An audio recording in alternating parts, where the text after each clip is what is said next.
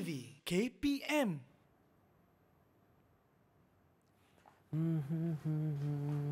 Wish, banyak yang bongkar.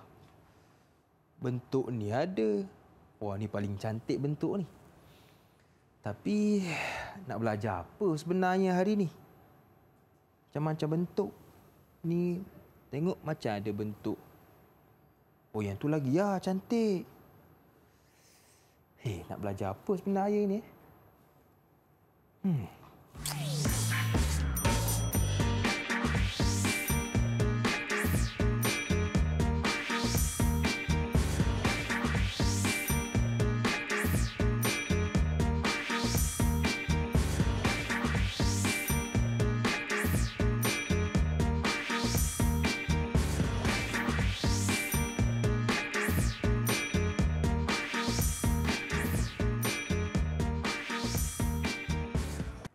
Assalamualaikum dan salam sejahtera. Selamat datang ke slot menengah atas bersama dengan saya Lokman Hakim. Hari ini kita nak belajar tentang mata pelajaran Reka Cipta tingkatan 4 bersama dengan cikgu kita yang cukup luas pengalamannya, iaitu Cikgu Muhammad Yunus Sudarman. Ya, saya Lokman. Assalamualaikum cikgu. Waalaikumsalam Lokman.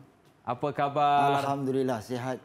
Ini kali pertama cikgu ya, kita bersama dan terima kasih kepada Cikgu Yunus yang sudi bersama dengan kita. Okey cikgu, tadi bila saya tengok bongkah-bongkah yang berada di hadapan saya keliru. Jadi hari ini kita nak belajar tentang apa sebenarnya?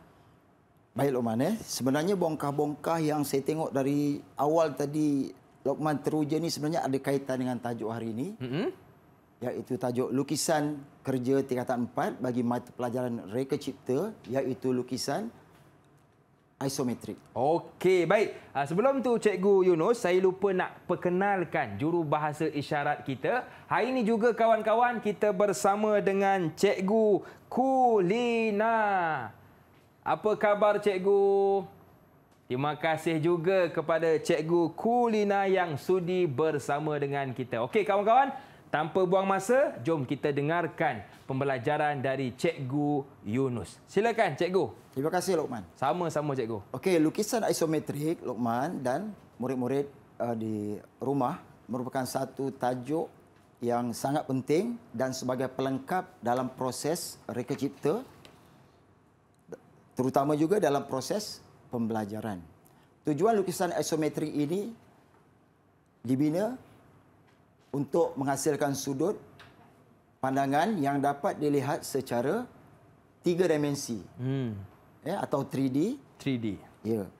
Yang keduanya, lukisan isometrik dapat membantu memahami rupa bentuk suatu objek dan perkara-perkara penting yang perlu murid-murid dan Lokman tahu seperti panjang, lebar, tinggi dan sebagainya. Dan yang ketiga, kelebihan isometri ini, dengan satu pandangan kita boleh melihat ketiga-tiga sudut pandangan serentak dalam satu masa. Inilah keistimewaan lukisan isometrik Lokman sebenarnya. Okey, baik. Jadi kalau kita lihat cikgu, pada bongkah-bongkah yang berada di hadapan saya, contohnya yang paling dekat inilah. Dan juga kalau kita boleh lihat bongkah-bongkah yang lain di bawah, saya tengok ada 3 warna yang berbeza. Yang ni pun ada 3 warna, kalau tak silap saya lah. Yang di bawah ini juga ada 3 warna. Di belah kanan hujung saya pun ada 3 warna. Jadi, betul, Lokman. Apakah maksudnya, cikgu? Baik. Seperti di peringkat awal tadi, penerangan saya berkaitan dengan tujuan lukisan isometrik. Jadi, warna ini menerangkan atau menggambarkan tentang 3 sudut pandangan yang mesti ada dalam satu lukisan, iaitu lukisan isometrik. Jadi satu warna mewakili satu sudut pandangan. Baik. Seterusnya warna kedua dan warna ketiga. Cuba Lokman angkat satu model tu. Saya ambil yang paling dekat. Ya. Ada kuning, cikgu. Kuning. Kuning kalau Lokman tengok dari arah hadapan. Betul, Lokman? Betul. Ada 2 permukaan. Seterusnya warna apa, Lokman? Ada biru, cikgu. Warna biru. Dan dari yang pandangan ketiga? Atas, betul. Ya, yang ketiga warna merah untuk pandangan apa, Lokman? Tepi, sisi. Ya, betul, Lokman. pandangan tepi atau sisi. Jadi inilah sebabnya bongkah-bongkah yang saya bawa hari ini, Lokman dan murid-murid, untuk memudahkan kita untuk menghasilkan lukisan isometrik dengan lebih tepat dan jelas. Okey, baik. Jadi ini 3 warna yang berbeza, mewakili sudut yang berbeza. Baik, Cikgu Yunus, kita nak berehat seketika boleh? Baik, Lokman. Jangan ke mana-mana, teruskan bersama dengan kami, pastinya dalam slot menengah atas.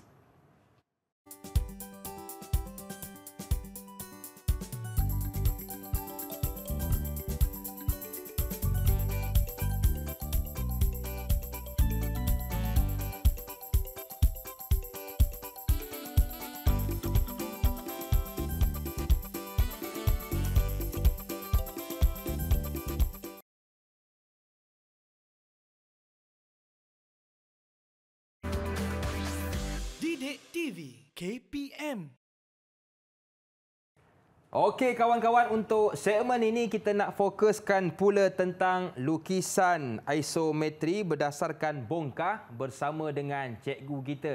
Siapa lagi kalau bukan Cikgu Yunus Sudarman. Okey, Cikgu Yunus, untuk segmen ini kita nak fokuskan bahagian yang mana? Silakan Cikgu.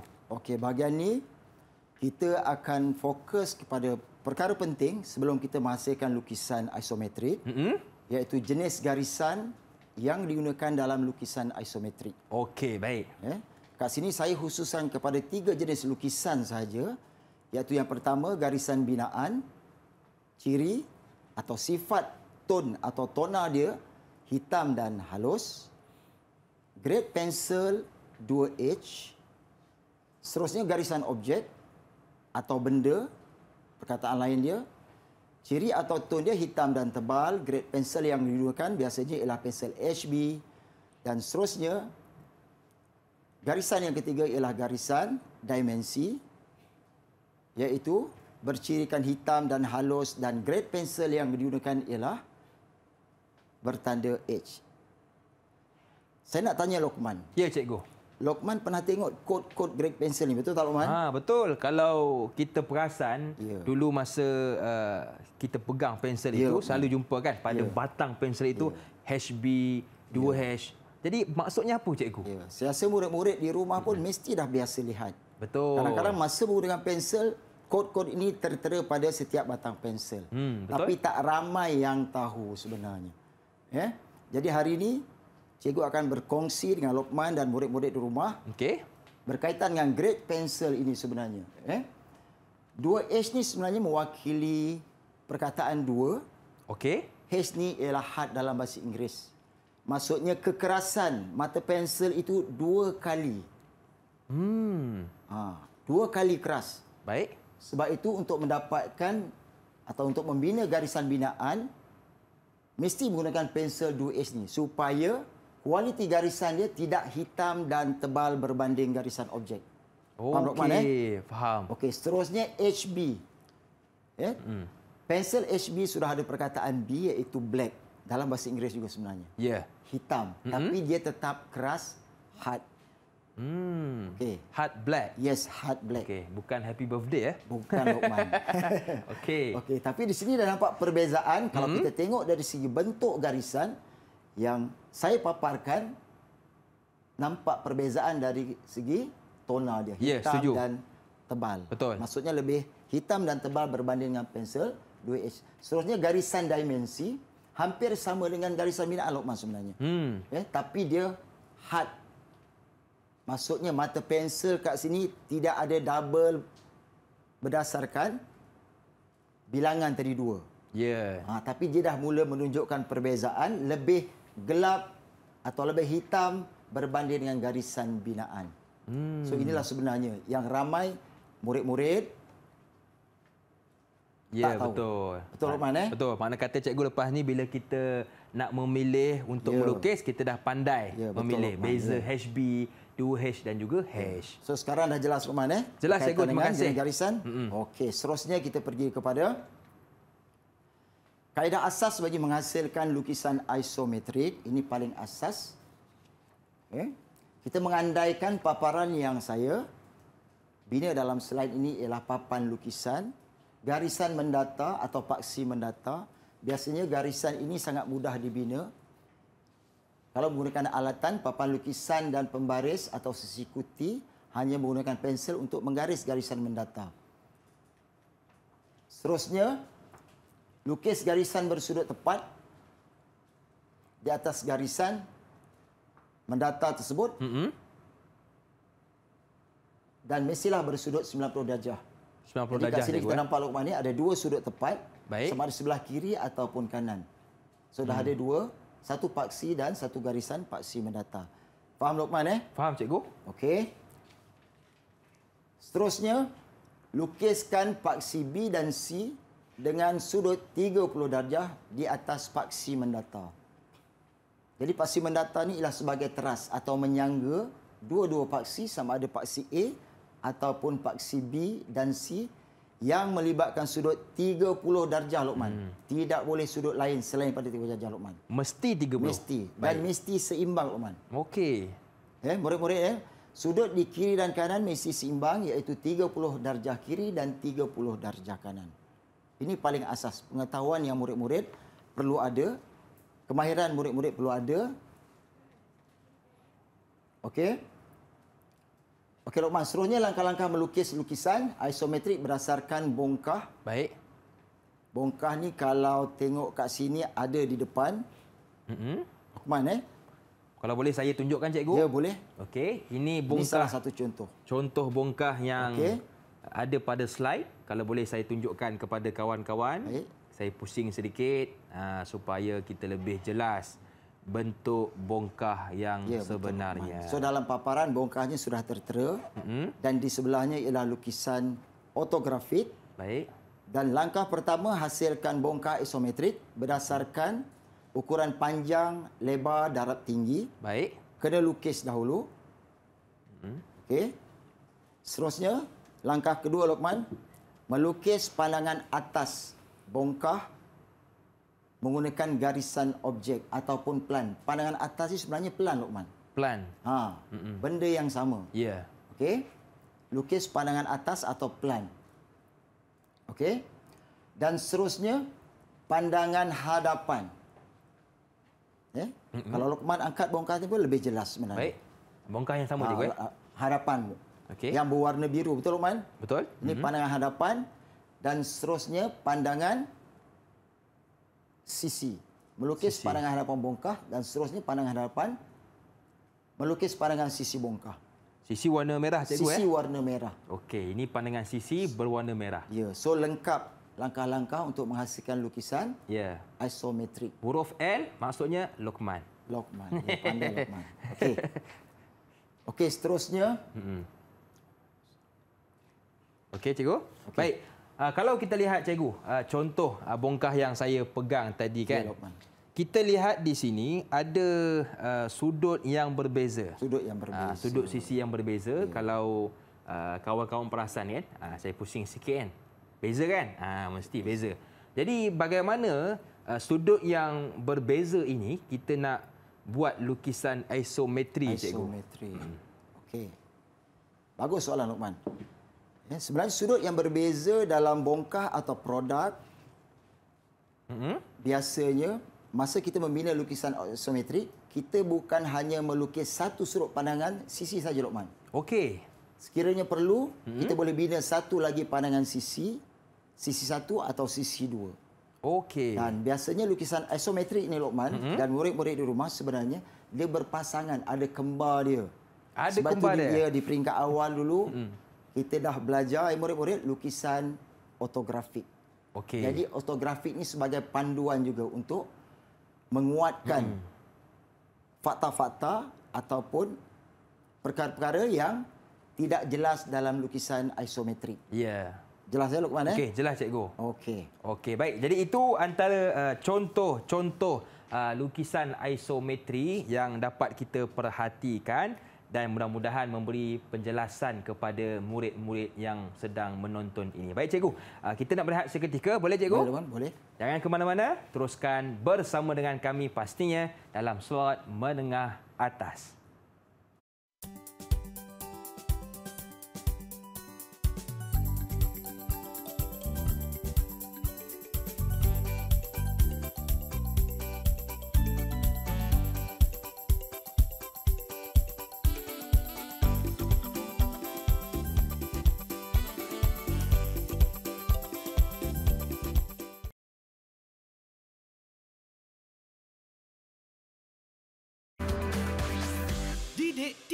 KPM.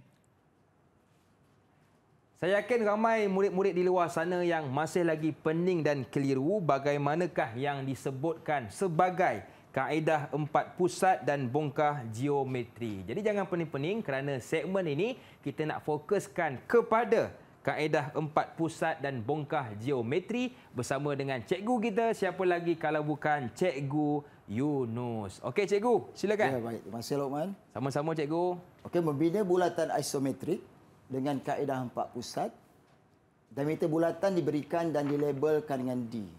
D ni sebenarnya, tahu tak Lokman apa D ni sebenarnya? Center Dia cikgu. mewakili apa? Ya. X. Dia sebenarnya diameter. Diameter. Iaitu Okey, garis baik. pusat. Okey, langkah pertama Lokman dalam murid-murid di rumah, lukis segi empat isometrik ABCD berdasarkan ukuran, diameter, bulatan dan garisan tengah AB, DC, AD dan BC serta tandakan titik tegak sisi tersebut dengan PQR dan S. So cikgu rasa gambar ni jelas, semua titik pusatnya telah tersedia dan telah ditulis. Seterusnya langkah kedua, ini nampak macam bintang sikit, betul Lokman? Betul cikgu? Ya. Lukiskan garis seranjang. Nama dia lagi garis seranjang Lokman. BQ, BS, PD dan RD pada tengah sisi 4 A, B, C dan D. Ini langkah yang kedua murid-murid. Okey, langkah ketiga Lokman. Binakan lengkuk PR dengan berpusatkan D. Dan binakan lengkuk QS dengan berpusatkan B. Lengkuk yang sama, cuma kedudukan atau posisinya berada di atas dan bawah. Betul Lokman? Betul cikgu. Okey. Langkah keempat, binakan lengkuk QP dengan berpusatkan X dan binakan lengkuk RS dengan berpusatkan Y. Dua lengkuk yang sama saiz dan sama bentuk Lokman, betul? Ya, betul cikgu. Ini sama dengan pada langkah ketiga tadi. Baik cikgu. Kalau kita lihat pada lukisan sebentar tadi cikgu. Ya. Okey, kita lihat tadi begitu sukar lukisannya. Betul Lokman. Jadi apakah alatan yang sesuai digunakan untuk melukis lukisan ini? Lukisan, banyak alatan dan banyak juga alat bantu yang terjual di pasaran. Tapi di peringkat asas untuk menunjukkan peringkat demi peringkat macam mana bulatan isometrik terhasil ialah menggunakan jangka lukis. Jangka lukis. Jangka lukis Lokman. Sebab itu kita bina dalam gambar ini titik-titik pusat itu tujuan supaya jangka lukis tadi mudah digunakan dan diletakkan. Okey. Supaya dapat ukuran dan rupa bentuk yang tepat. Yang tepat. So faham Lokman Faham. Baik. Terima kasih cikgu. Baik. Seterusnya membina bulatan isometrik bongkah geometrik iaitu bongkah permukaan rata melibatkan garisan tegak dan garisan mendata. Bongkahnya ada di depan Lokman tu, kalau Lokman tengok. Okey. Lukiskan segi empat isometrik berdasarkan ukuran panjang, darab lebar, darab tinggi. Itu paling asas. Seterusnya lukis pandangan atas atau plan bongkah. Di sini murid-murid kalau Lokman tengok ada lukisan ortografik. Okey. Di sebelah bongkah sebenar, gambar sebenar ni Lokman kalau tengok ada bongkah, ada lukisan ortografik. Ya. Ya, so itu sebagai panduan. Okey, jadi saya tunjukkan bongkah Ya, berdasarkan tunjukkan plan slide. dia Lokman. Lukis pandangan atas atau plan. Okey. Yang berwarna apa Lokman? Warna biru. Atas. Ya, betul Lokman. Okey. Satu lagi ada tapak kecil di tengah-tengah Lokman, betul? Betul, cikgu. Ya. So itu plan Hmm. atau pandangan hadapan. Seterusnya lukis pandangan hadapan bongkah Lokman. Okey. Kalau hadapan Ya, berwarna kuning. Apa? Berwarna kuning ya murid-murid. Dan langkah terakhir lukis pandangan sisi bongkah. Okey, Warna apa Lokman? warna oranye, betul ke cikgu? Ya, betul. Adakah bentuk sisinya sama ke tidak sama Lokman? Tidak sama. Tidak sama, betul. Tengok balik. Kalau sama cikgu. Ya, dua permukaan dari rata. Ya. Mempunyai sisi yang sama. Baik. Jadi inilah dia langkah yang keempat untuk membina bongkah permukaan rata. Seterusnya bongkah permukaan condong. Cuba Lokman ambil bongkah-bongkah yang ada permukaan condong. Saya rasa yang ni cikgu. Ya, betul. Masih melibatkan 3 warna, betul Lokman? Betul Untuk cikgu. memudahkan kita melukis lukisan isometrik berdasarkan 3 sudut pandangan yang kita kendaki. Seperti biasa, langkah pertama lukiskan segi empat isometrik berdasarkan ukuran panjang, darab lebar, darab tinggi Luqman. Okey, langkah kedua bermula dengan plan atau pandangan atas Luqman. Okey. Cuba Luqman tengok Pandangan warna atas apa berwarna pandangan atas? hijau. Warna Hijau. hijau. Kenapa ada warna biru tu Luqman? Adakah ini pandangan condong, cikgu? Ke Sebenarnya bagaimana? hijau tu betul. Tapi di sebalik warna biru yang Luqman tengok tu sebenarnya ada warna hijau. Cuba Luqman tanggalkan pada bongkah tu. Okey. Yang ni cikgu Ya. Okey. Okey. Saya tunjuk semula kepada Ya. kawan-kawan. Ya. Tadi kalau perasan berwarna biru, setelah saya cabut, Ya. kini sama warnanya. Mesti ada sebab. Luqman tahu sebab apa? Kenapa cikgu Ya, sebab permukaan condong ini ada kalanya dia melibatkan dua sudut pandangan, sama ada plan, pandangan sisi atau harapan.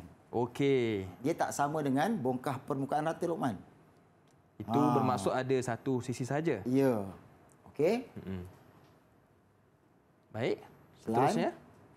Tandakan sisi condong dan lukiskan garisan condong yang diperlukan. Luqman tengok. Okey. Lepas tu ada permukaan condong. Secara automatik dia melibatkan garisan condong. Baik. Dan seterusnya hitamkan garisan objek. Maka lengkaplah lukisan isometrik bagi permukaan paksi, permukaan condong yang melibatkan paksi atau garisan condong. So setakat ni boleh faham Luqman? Boleh cikgu? Okey. Okey, saya teruskan untuk bongkah permukaan bulatan. So Okey. bongkah ini berbeza Luqman Ada dua bahagian berbentuk seakan-akan silinder. Pada bahagian atas memang silinder. Okey. Tapi bahagian bawah seolah-olah macam kon tapi telah dipotong permukaan atas. Betul Luqman? Betul cikgu. Okey. Lukis segi empat isometrik berdasarkan ukuran, tinggi, lebar dan garis pusat yang dikendaki. Kalau Luqman perasan, tengok simbol tu. Bulatan ada cross dalam kedudukan melentang, condong ke kanan. Betul Luqman? Ya, betul. Ini ialah simbol untuk diameter murid-murid Luqman. Oh, diameter. Diameter atau nama lain ialah garis pusat. Garis pusat. Ya, sebab garisan diameter ni ialah garisan yang merentasi pusat pada bulatan. Okey. Kita tengok langkah kedua, lukiskan bulatan isometrik menggunakan kaedah empat pusat pada setiap bongkah permukaan bulatan. So kemahiran ni tadi saya telah beritahu di peringkat awal bagaimana nak membina bulatan isometrik. Tadi Luqman ada tanya soalan terlalu sukar kerana banyak sangat garisan. Jadi di sini memang ini salah satu bongkah yang sukar untuk kita bina. Sekiranya kita tiada alatan atau alat bantu, memang sukar kita nak membina lukisan isometrik bongkah bulatan. Langkah yang ketiga, Luqman, lukiskan pelan atau pandangan atas bongkah permukaan bulatan. Sama juga macam bongkah-bongkah yang lain. Peringkat awal kena lukis pelan atau pandangan atas. Dan seterusnya lukis pandangan harapan dan sisi bongkah permukaan bulatan. Kenapa serentak Luqman? Adakah sebab dia bulat cikgu? Bentuk yang Silinder. sama dan saiz yang sama. Okey. Sebab tu langkah 4 ni siap lukisan isometrik bagi bongkah bulatan. Nampak memang sukar, betul Luqman? Ya, setuju cikgu. Okey. Okey, cuba Luqman tengok bongkah bulatan tadi. Baik, yang ni cikgu Okey ya. Okey. Okey, cuba tengok. Di atas tu sebenarnya silinder. Yang ni? Biasa silinder mempunyai diameter yang sama di bahagian atas dan tapak bawah Luqman. Ya, betul. Okey. Bahagian bawah itu ialah bongkah yang terhasil daripada bentuk asas daripada kon yang dipotong tetapi melibatkan saiz ataupun diameter yang berbeza. Betul. Cuba Berbeza Luqman dari tengok atas. bahagian tapak. Okey. Cuba Luqman tengok dari bahagian bawah. Betul Luqman Betul. Diameter yang berbeza. Agak besar Ya. berbanding di atas. Ya, cuba tengok kemuncak bahagian bongkah yang kedua Yang ni yang cikgu. berwarna kuning. Okey. Okey. Melibatkan dua saiz bulatan yang melibatkan dua diameter yang berbeza. Inilah Betul. perbezaannya bongkah bulatan dengan bongkah-bongkah permukaan rata, permukaan condong dan bongkah-bongkah yang lain. So setakat ni boleh faham Luqman Faham cikgu. Okey. Luqman dah ada pengetahuan asas. Cikgu dah share, Oh, murid-murid pun maaf. dah ada. Okey, sekarang kita nak uji Luqman. Boleh Luqman? Boleh cikgu, saya cuba yang terbaik. Ya, pengetahuan cikgu rasa macam dah hebat. Kita uji kemahiran Luqman mula. Baik, jom sama-sama bantu saya kawan-kawan. Okey, Luqman akan membina bongkah permukaan rata melengkapkan menggunakan alat yang telah sedia iaitu sesiku T dan sesiku set. Okey, baik. Baik Luqman. Yang ni cikgu Ya, betul. Okey. So ini alat-alat yang terlibat Luqman Okey. Okey. Yang pertama kita gunakan Ya. apa tu? Hash cikgu Pensel Okey. untuk bina garisan binaan berserta dengan sesiku sel Luqman Okey, So ini baik. pelengkap untuk memastikan sudut-sudutnya tepat dan betul. Ya, baik. Okey. Okey. Sudut 30. Okey, baik. Jadi saya buat Ya. dahulu Ya, Luqman. lukisan Okey. binaan cikgu Okey, Garisan baik. binaan. Binaan Garisan binaan. Okey, baik. Jadi di sini untuk garisan binaan dia orang kata tak pekat cikgu dia tak tebal. Ya, tak tebal dan gelap. Okey, seterusnya garisan menegak Luqman. Okey, garisan menegak. Ya, ubah posisi. Okey. Okey, untuk dapatkan garisan tegak atau Baik. garisan bersudut tepat. Okey. Okey. Bismillahirrahmanirrahim. Baik, macam mudah Luqman cuba tengok. Okey. Okey, seterusnya kita hitam dan tebalkan. Hitam dan tebal menggunakan HB Ya, garisan objek. ataupun hard black. Ya, hard black. Okey. Okey. Baik, seperti biasa kita tukar kepada ni. Okey, kali ini kita hitamkan Ya, menggunakan HB. HB, Baik, seterusnya garisan tegak. garisan tegak pula. Ya. Okey. Okey, Okey.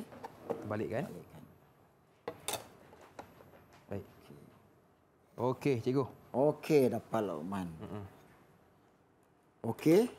Ujian pertama lulus Luqman. Alhamdulillah, terima kasih cikgu. Tapi ini baru peringkat awal, aras mudah. Okey. Seterusnya cikgu nak Luqman lengkapkan lukisan permukaan condong melibatkan Okey. alat. Ini sedikit mencabar cikgu Ya, mencabar. Kita tak Baik. tengok kehebatan Luqman dekat sini. Boleh saya cuba cikgu. Okey. Baik. Macam biasa. So cikgu harap murid-murid di rumah pastikan alatan ataupun alat bantu untuk melukis sedia ada Ya. di rumah. Supaya mudah untuk kita menghasilkan lukisan isometrik. Okey, memula guna hash Ya, cikgu. ya, garisan binaan. Garisan binaan ni sifatnya samar-samar. Sebagai apa Samar-samar. Luqman? Apa fungsi dia sebenarnya? Supaya- Sebagai panduan Panduan. untuk memandu kita. Okey. Supaya dapat lukisan yang tepat. Betul. Baik. Okey. Luqman semakin mahir. Cikgu Boleh. tengok. Paksi condong Luqman. Baik, Ubah okey. posisi sesiku set. Okey. Dapatkan sudut dia. Okey. Okey, sorry sini. Pusing Luqman, pusing. pusing. Selagi tak dapat pusing je. Mencari sudut yang betul. Ya, mencari sudut yang betul. Tak ada Okey, masalah. baik. Okey. Masih juga menggunakan hash sebagai panduan. Okey. Okey, maafkan saya. Okey. Okey. Okey, seterusnya pada bahagian atas Okey. untuk garisan condong. Condong. Ini Yang ni cikgu. Luqman terus lukis je. Tak Terus perlu lukis, gunakan alat sebab sudutnya bebas. Tidak Baik. terikat dengan sudut 30 darjah. Okey. Okey. Pandu. Okey. Seterusnya. Okey, terus bina garisan objek Luqman. Okey. Supaya lukisan atau garisan ni jelas dilihat. Baik. Okey. Gunakan HB cikgu So Luqman dah nampak dia punya bentuk keseluruhan Luqman betul Betul cikgu. So gelap dan tebalkan menggunakan pensel HB. HB. HB. Okey. Okey, Luqman kena tekan sikit. Tekan sikit. Okey, Okey. jap saya akan ni. Okey. Baik. Baik.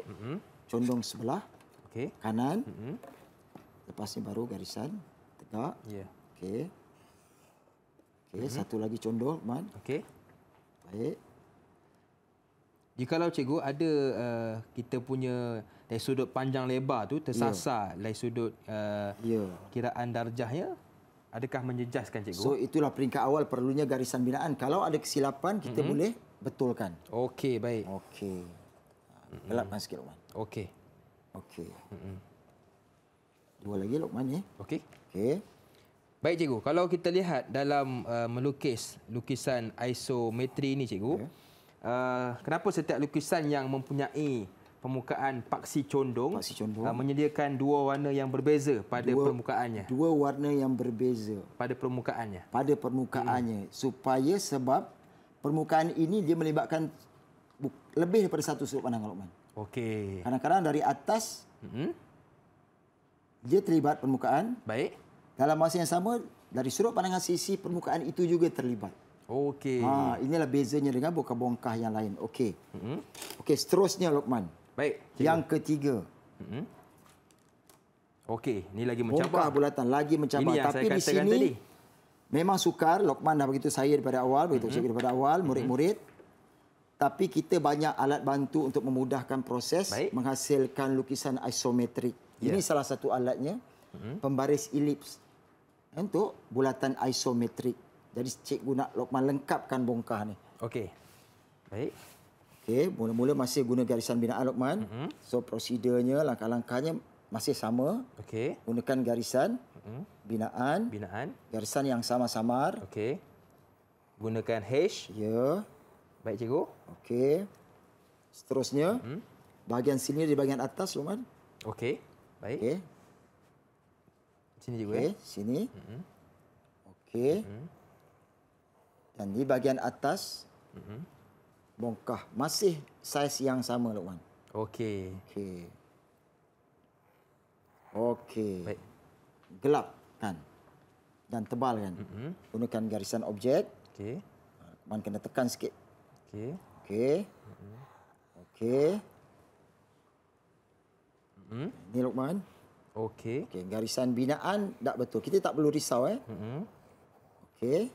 Berpandukan garisan H so tadi. Ini separuh saja Lokman. Okey. Bahagian tapak. Tapak. Okey, gelapkan Lokman. Okey. Okey. Berjaya Lokman menghasilkan satu bongkah bulatan isometrik. Jadi murid-murid dapat lihat di sini memang nampak lukisan Lokman yang hasilkan nampak complicated tapi dia mudah. Betul dengan bantuan Cikgu. alat bantu. Ini Okey. salah satu dia. Ya. Baik. Baik cikgu. Kalau kita ada tengok soalan? Ya, Lokman. lukisan bongkah isometrik ni kecil.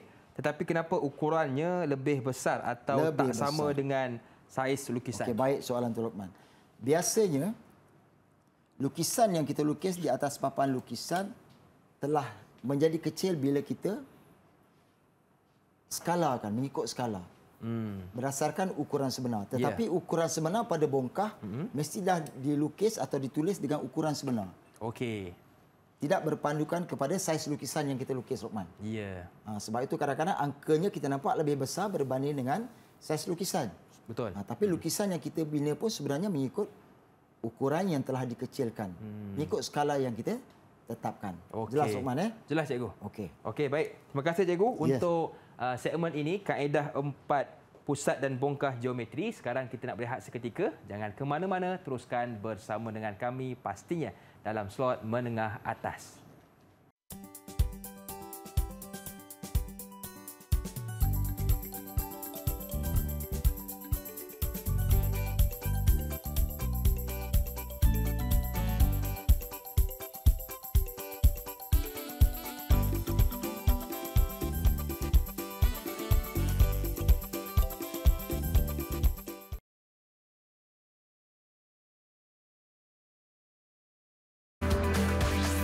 Didik TV KPM.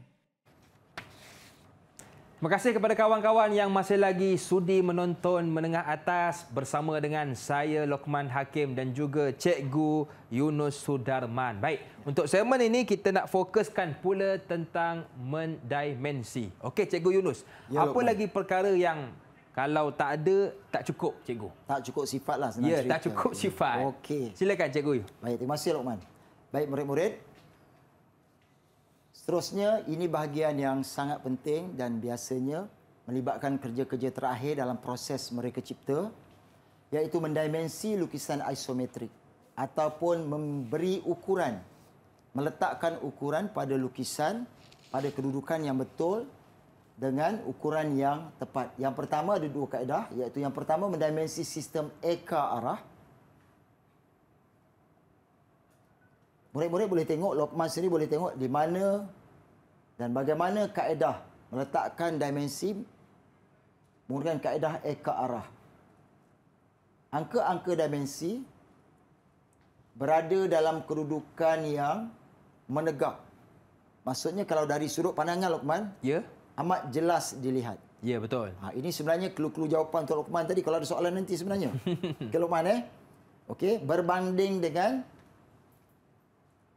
kaedah pendimensian sistem terjajar.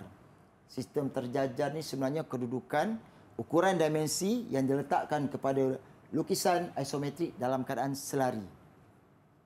Lokman boleh tengok dan murid-murid boleh tengok sendiri perbezaan di antara sistem eka arah dan sistem terjajar, di mana letaknya kedudukan angka yang melibatkan saiz setiap bongkah yang diberi. Boleh nampak Lokman Ya. Okey. Tapi cikgu kalau kita sekali tengok nampak serupa kan? Nampak serupa Lukisan tapi tak sama. Tapi tak sama. Tapi tak sama. Betul. Lokman Ya. Okey. Okey cikgu. Kalau saya lihat yang berada di hadapan saya pada ketika ini berbeza dari sudut bongkah-bongkah yang telah kita belajar sebelum ini. Ada Betul, di hadapan saya.